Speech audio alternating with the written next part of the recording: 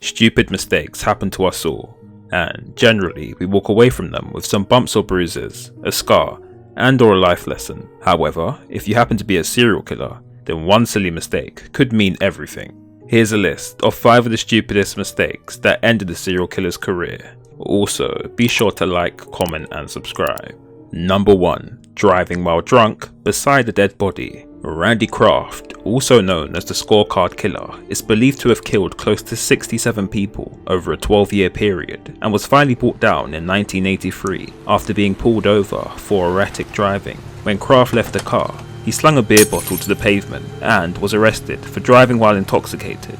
After Kraft was safely secured in the back of the police car, the arresting officer went to check on the passenger in the front seat.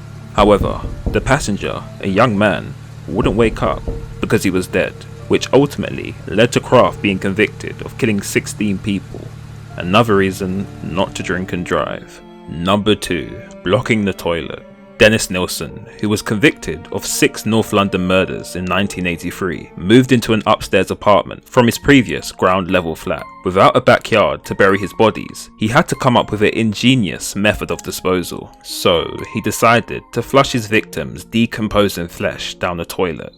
But just like flushing baby wipes, this quickly became a problem, clogging the drains for the entire building. Once it was discovered that human remains caused the blockage, investigators were quickly able to flush Nilsen and his murders out. Number 3.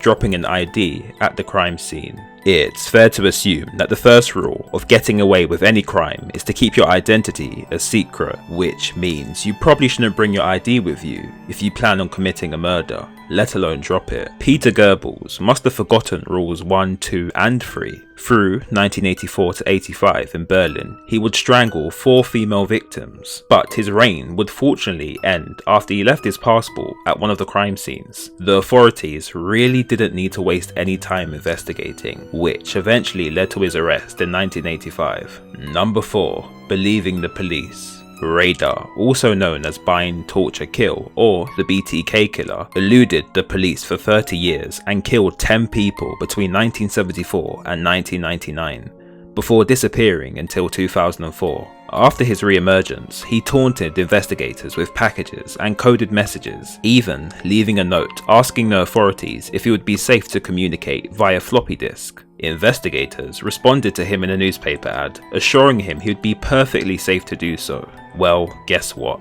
They lied. They were able to pull the information they needed to track him down from the floppy disk and arrest him. Wow.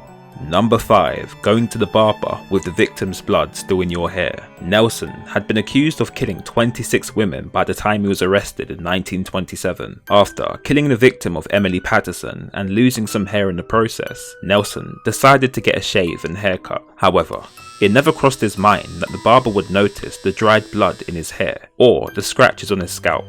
So, when Patterson's body was found, the barber was able to fill in Nelson's description, linking him to the crime. Case dismissed.